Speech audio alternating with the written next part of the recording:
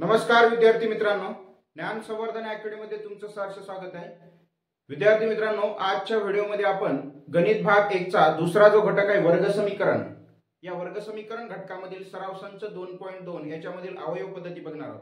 तर अगोदरच्या व्हिडिओमध्ये आपण अवयव पद्धतीवर आधारित काही उदाहरणे बघितलेली आहेत।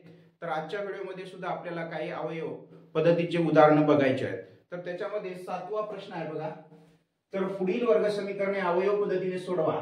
त्याच्यामध्ये 7वा आहे वर्गमुळात 2x चा वर्ग प्लस 7x प्लस 5 वर्गमुळात 2 बरोबर 0। हे वर्ग समीकरण अवयव पद्धतीने सोडवण्यासाठी पुढील कृती पूर्ण करा। तर परीक्षामध्ये सुद्धा असाच प्रश्न विचारला जातो कृतीवर आधारित, जे की आपल्याला ह्या रिकाम्या चौकटी आणि हे रिकामे कंस दिले जातात आणि ते आपल्याला त्यांचे अवयव काढून या ठिकाणी काय करायचे असतात तर भरायचे असतात। तर या ठिकाणी जसे की आपण मागच्या उदाहरणामध्ये जसे अवयव पाहिले तसेच या पद्धतीमध्ये सुद्धा पाडायचे असतात। तर या ठिकाणी बघा वर्गमुळात 2 आणि 5 वर्गमुळात 2 यांचा काय होईल तर गुणाकार होईल, म्हणून वर्गमुळात 2 गुणिला 5 वर्गमुळात 2 यांचा गुणाकार केल्याच्या नंतर 10 येतो। तो कसा वर्गमुळात 2 गुणिला वर्गमुळात 2 वर्गमुळात 4 होते आणि 4 चं वर्गमूळ 2 आणि 5 गुणिला 2 यांचा गुणाकार केला की 10 येते। मग या 10 चे 2 आपल्याला असे अवयव घ्यायचे आहेत की मधलं पद जे आहे 7x ते आलं पाहिजे। तर या ठिकाणी बघा 10 चे +5 आणि या ठिकाणी हे +2 अवयव घेता येतील। 5 दोन्ही काय होईल तर 10 आणि त्यांची बेरीज केली, यांचा गुणाकार केला की 10 येते। 5 दोन्ही 10 आणि यांची बेरीज केल्याच्या नंतर काय येते +5 आणि +7 मधलं पद येते 7x। म्हणून या ठिकाणी हे वर्गमुळात 2x चा वर्ग, तर या रिकामी चौकटीमध्ये येईल 5x, त्याच्यानंतर या रिकामी चौकटीमध्ये येईल 2x आणि +5 वर्गमुळात 2 बरोबर काय 0। मग आता या वर्गमुळात 2x चा वर्ग आणि 5x याच्यापैकी काय काढलेलं आहे x कॉमन काढलं। मग x कॉमन काढल्याच्या नंतर काय राहील वर्गमुळात 2x, त्याच्यानंतर हे +5, त्याच्यानंतर याच्यामध्ये हे वर्गमुळात 2 काय केलेलं आहे कॉमन काढलेलं आहे, म्हणून या ठिकाणी काय राहील वर्गमुळात 2x + 5। मग आता या ठिकाणी सुद्धा वर्गमुळात 2x + 5 आणि वर्गमुळात 2x + 5 आलेला आहे। मग हे याच्यापैकी या दोन्ही कंसापैकी एक कंस काय निघतो कॉमन निघतो, म्हणून या ठिकाणी सुद्धा येईल वर्गमुळात 2x आणि हे +5 आणि हे दिलेलं आहे x + वर्गमुळात 5 बरोबर 0। मग आता हे 2x + 5 बरोबर 0 किंवा हे x + 2 बरोबर 0 आणि हे बरोबर चिन्हाचे तिकडे घेतल्याच्या नंतर काय होईल हे प्लसचं काय होईल मायनस होईल आणि हे गुणिलेचं काय होईल भागिले होईल। म्हणून या ठिकाणी काय होईल -5 छेदामध्ये काय होईल वर्गमुळात 2। तर या ठिकाणी हे असे लिहू शकता तुम्ही -5 छेदात वर्गमुळात 2 किंवा या ठिकाणी हे मायनस वर्गमुळात काय येते 2, हे प्लसचं बरोबर चिन्हाचे तिकडे घेतल्याच्या नंतर मायनस होईल। म्हणून वर्ग समीकरणाची मुळे तर काय आहेत या ठिकाणी लिहायचं -5 आणि छेदामध्ये वर्गमुळात 2 आणि -2 हे वर्ग समीकरणाची काय आहेत तर मुळे आहेत। त्याच्यानंतर 8वा प्रश्न आहे। 8वा प्रश्न काय आहे 3x चा वर्ग -2 वर्गमुळात 6x + 2 बरोबर 0। या ठिकाणी सुद्धा हे या 3 मध्ये आणि या 2 मध्ये काय करायचं तर गुणाकार करायचा।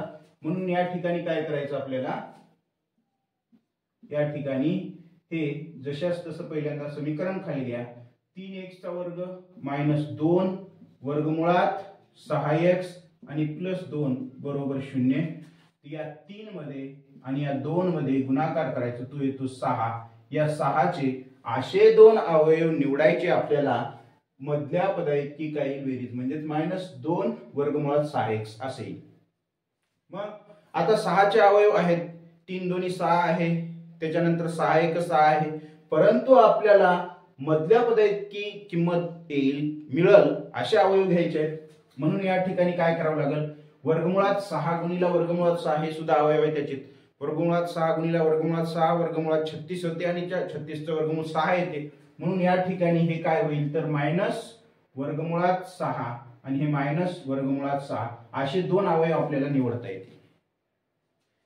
मायनस वर्गमुळात 6 आणि मायनस वर्गमुळात 6 यांची बेरीज केल्याच्या नंतर इथं काय नसते, म्हणजे 1 आहे, 1 आणि 1 2 वर्गमुळात 6 होते मधल्या पदाइतलं. म्हणून या ठिकाणी काय करायचं, म्हणून हे जे दिलेलं आहे ते पहिल्यांदा मांडायचं. हे 3x चा वर्ग, त्याच्यानंतर मायनस वर्गमुळात 6x, त्याच्यानंतर मायनस वर्गमुळात 6x, त्याच्यानंतर हे राहिले काय प्लस 2 बरोबर 0. मग आता आपल्याला याचे सगळ्यांना वर्गमुळात घेता येईल.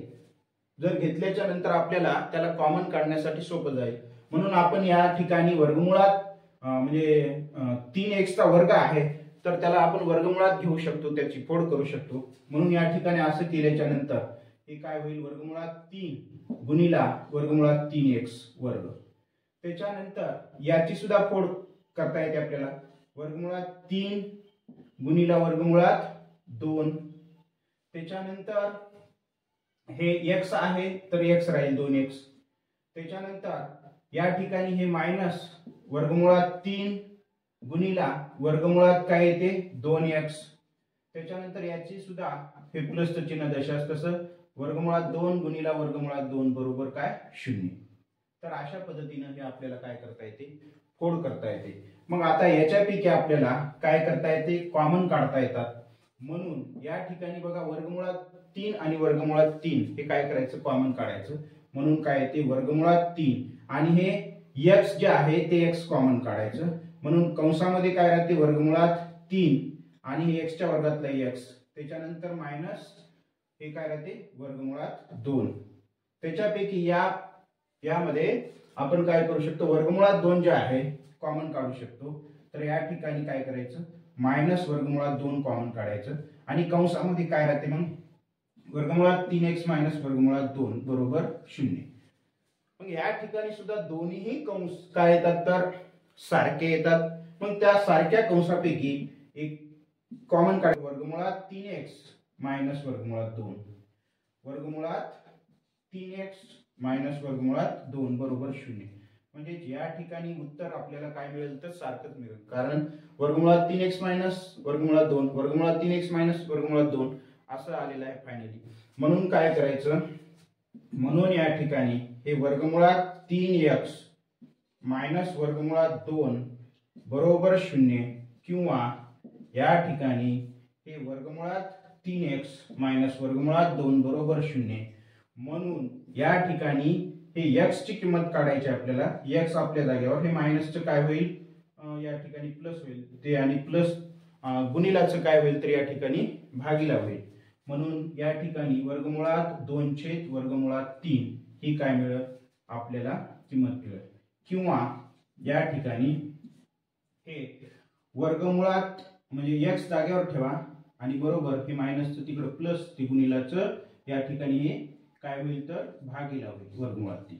तर अशा पद्धतीने आपल्याला x बरोबर वर्गमुळात 2 छेदात वर्गमुळात 3 किंवा x बरोबर वर्गमुळात 2 छेदात वर्गमुळात 3 म्हणजे ही काय आहे वर्ग समीकरणाची मुळे मिळतात. म्हणून या ठिकाणी खाली लिहायचं, म्हणून वर्ग समीकरणाची मुळे,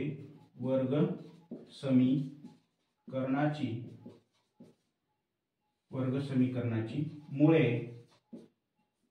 काय आहे तर वर्गमुळात 2 छेदात वर्गमुळात 3 आणि वर्गमुळात 2 छेदात वर्गमुळात 3 आहेत.